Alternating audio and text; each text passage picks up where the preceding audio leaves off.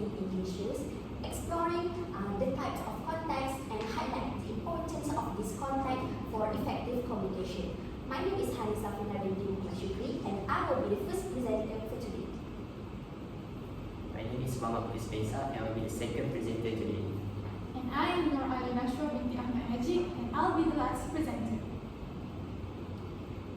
Now, let's look at the definition of effective communication. Effective communication is the ability to convey information, ideas, or feeling in a way that is clearly understood by the listener while also fostering mutual understanding. It involves more than just speaking. It requires listening, recognizing, and adapting to the context, ensuring that the message is received as intended. Effective communication is a dynamic process that involves both listening and speaking. By adapting to the context, it will make sure that the information and ideas can be delivered effectively by the speakers, and also both the parties are aligned with the purpose of communication, such as to inform, persuade, entertain, and so forth. There are three types of context, which are situational context, cultural context, and interpersonal context. The first one is situational context. Situational context refers to the specific circumstances or environment which communication takes place. Zamani et al. 2017. Situational context provide the who, what, where, when, and why of a conversation, shaping the way we express ourselves based on the environment and the situation. So, overall, situational context is about what influences the conversation, such as the environments and also the setting where the conversation takes place. So by these influences, the speakers need to adapt to the situation and make sure that they use the appropriate tone, language, and the formality that is appropriate to the situation. There are few elements in situational context. The first one is setting. Setting is a place where the conversation takes place.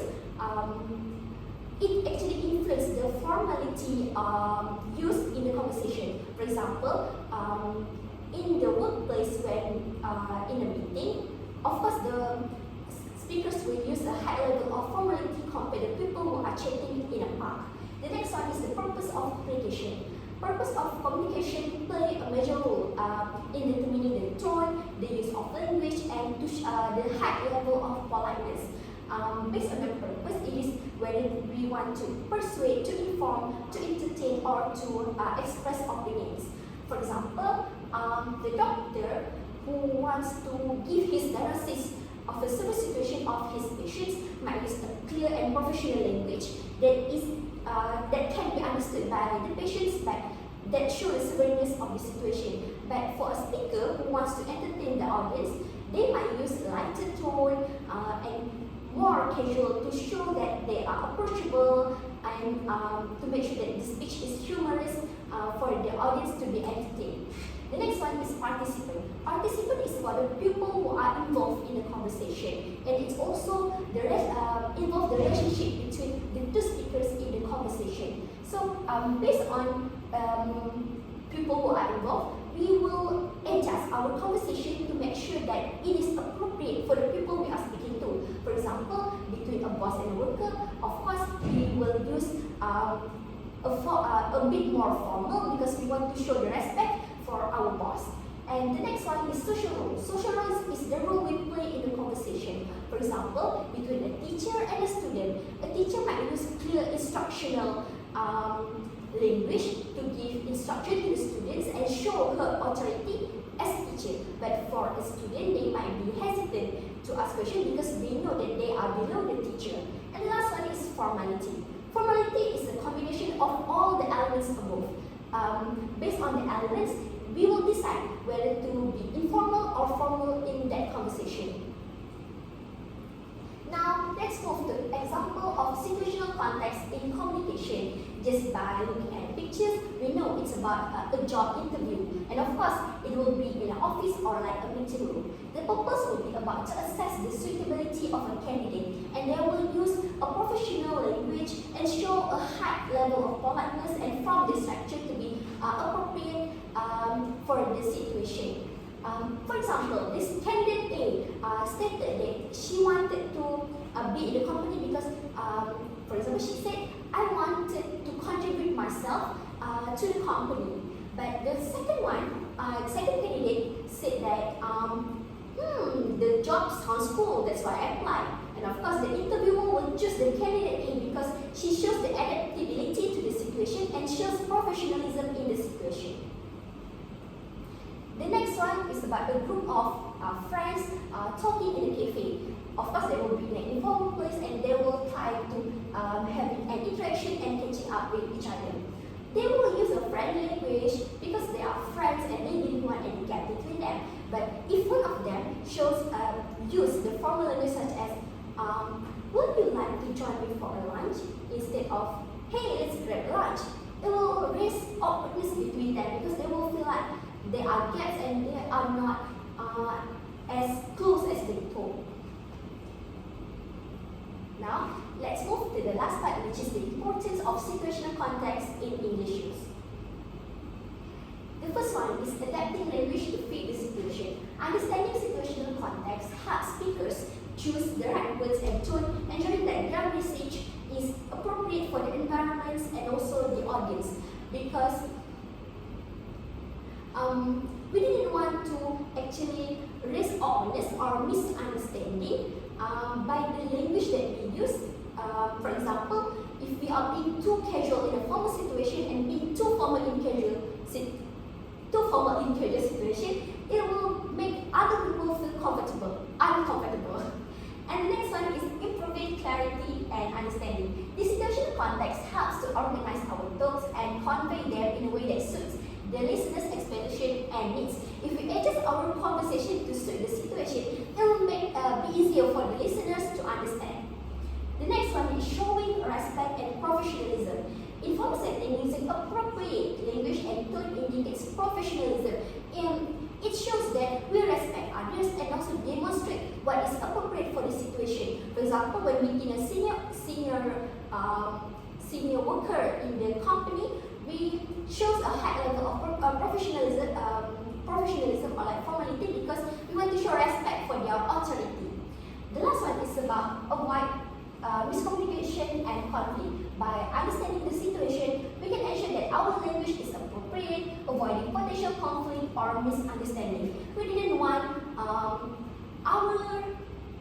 ideas and information be taken the wrong way by the listeners and to avoid any further misunderstanding. For example, if I make a joke in a serious situation, people might find me disrespectful or like displaying inappropriate behavior because I didn't actually respect how severe or how serious this situation is. That's all for me. Alright. So I would like to begin start with a quote from Chris Bumstead. So Chris Bumstead once said, "Language is the mirror of culture, shaping how we connect to each other." So now we'll dive into the cultural context in the use of English. So what is cultural context? Cultural context refers to the environment or situation that is shaped by the culture itself in a certain places. This encompasses values, beliefs, norms, tradition, and the society expectation of the community itself.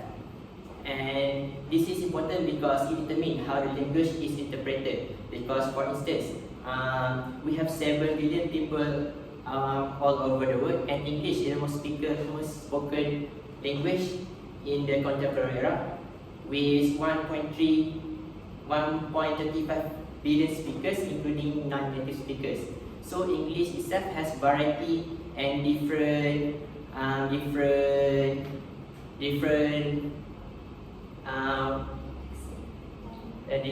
accents, dialects, such as Malaysian English, British, and American English. So I will highlight four key elements in the cultural context. The first one, norms and tradition. Norms and tradition refers to the accepted behavioral patterns that guides interactions.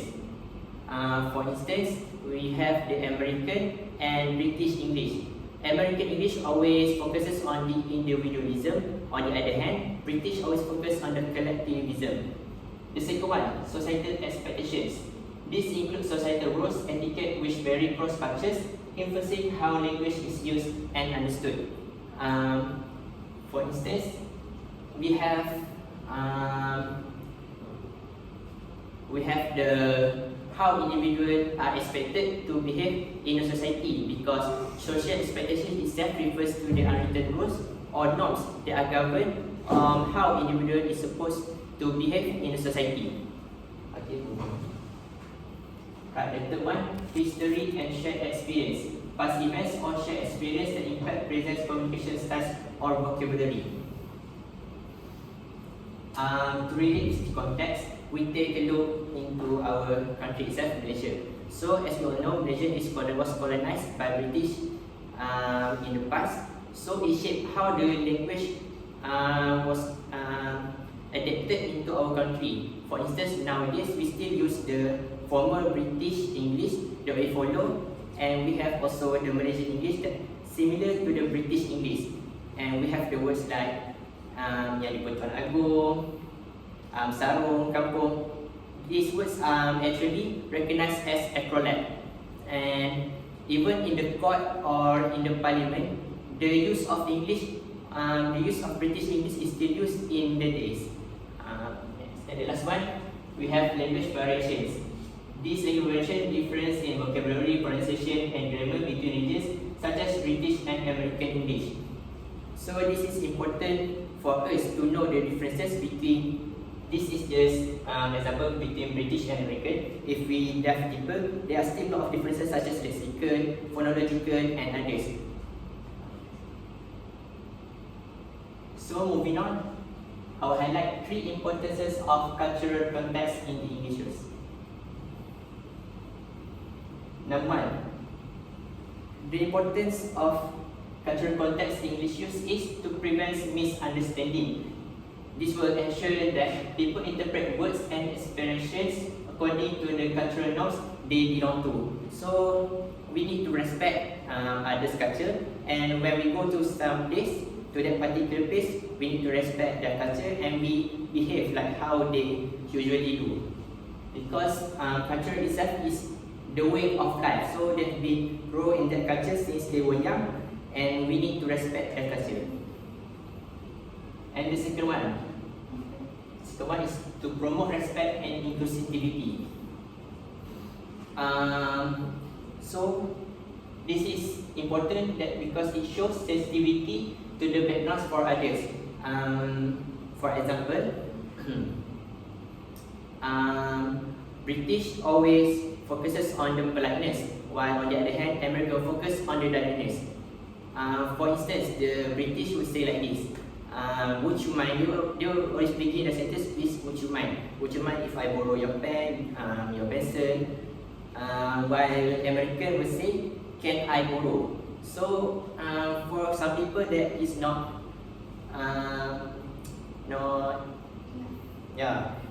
always encounter this situation, they might feel like it's rude for them to just say like that.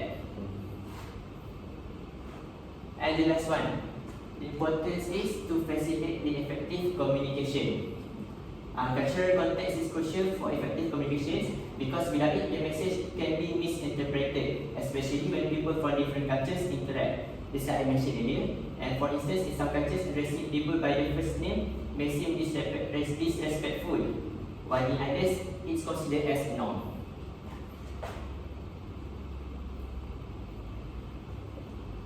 So this is the example of the lexical differences. English versus American English. In British we say lorry, and in American we use truck. But in Malaysia actually we mix this. Rarely we listen to someone say there's a big lorry in front of us. They will say truck. Next, holiday and vacation. British will use holiday, while American use vacation. This is not referred to the same meaning because holiday is from British and American will still use holiday to refer to holiday, but actually they will use vacation because in American, holiday is something like for public or religious festival, for instance Christmas or Thanksgiving. And last but not least, we have biscuit and cookie.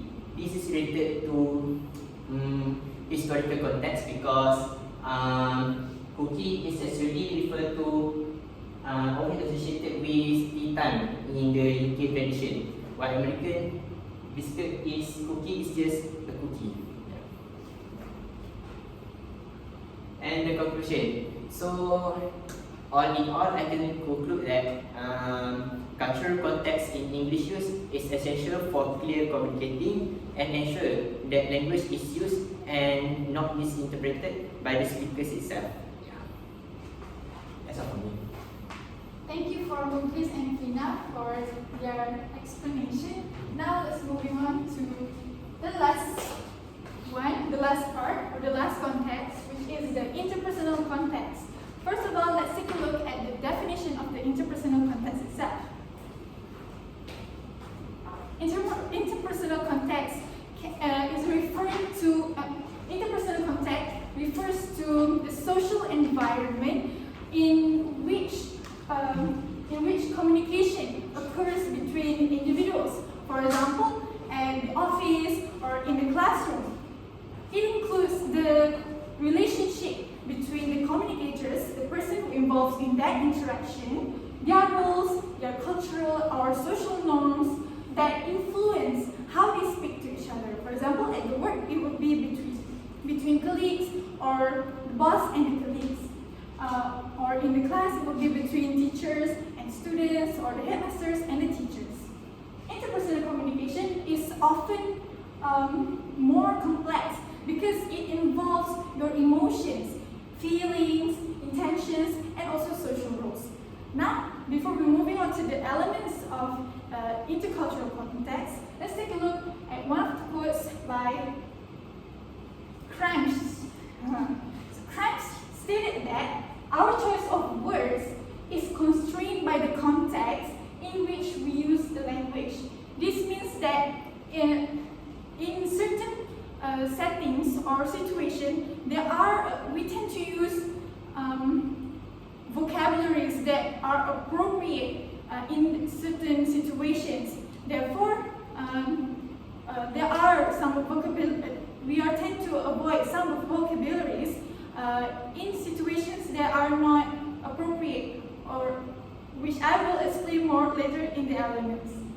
Let's move on to the elements or the factors that influence this intercultural context. The first one would be the social roles. Social roles here mean the status and role of each individual holds within interaction. For example, in a conversation between a manager and employee might require formal, polite language. Meanwhile, when you interact with your friends, you might use more informal and colloquial terms. For example, when colleagues meet each other and they want to greet, they would use dialogues like "Good morning, how was your weekend?" But among friends, when you are among your friends, when you are going to greet your friend, you would use dialogues such as "Hey, what's up?" which comes out more informal and casual than the previous greet. And the second one would be power dynamics. Power dynamics here means the influence one individual holds over another can shape the language used or how you use the language. Means there are, like, in certain situations, there are this hierarchy where it will decide how you will use your language. For example, in a context with unequal power, just like I've mentioned earlier, the subordinate may use more respectful or differential language, which I will illustrate in the next slide. So as you can see in this slide, there are two situations. Imagine you're a student and you would like to ask or request for something from your teacher and your friends. When you when you want to make a request from your teacher, you would tend to use more formal language. For example, when you want to ask for the permission, you use the modal verb could, which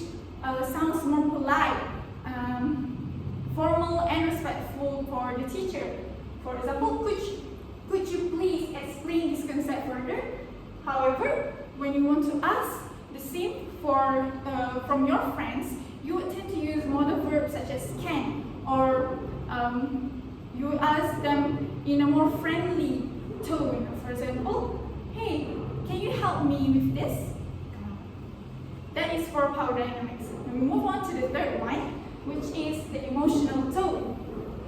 The emotions present, emotional tone here means the emotions that present during the interaction, which plays a crucial role in the interaction.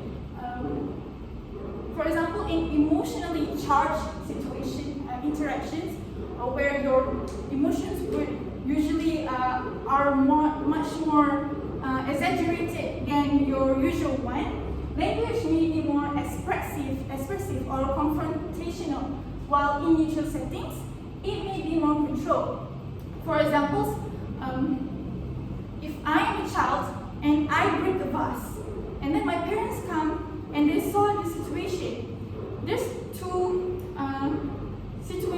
there's two probability here or situations here, where first one, if the parents are in a frustrated or moody mood, they would tend to use harshful words and intonation. For example, why did you break the vase? How can you not be so careful?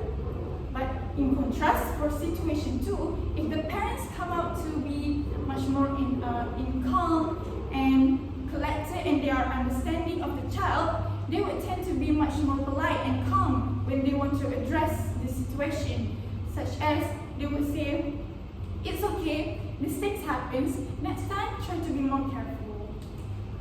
That's for emotional tone. And last but not least is the cultural expectations here, which based on interpersonal relationships. What I mean here is that culture will influence mostly how you use your language. For example, in many Asian cultures, politeness and indirect communication are valued in hierarchical relationships. For example, between younger individuals to elders. For example, the younger would refer the elders with kakak, abang, and for strangers that they don't know, of course the people that they don't know, they would use tuan, encik, puan. That's for cultural expectations. In addition to this point, the next slide.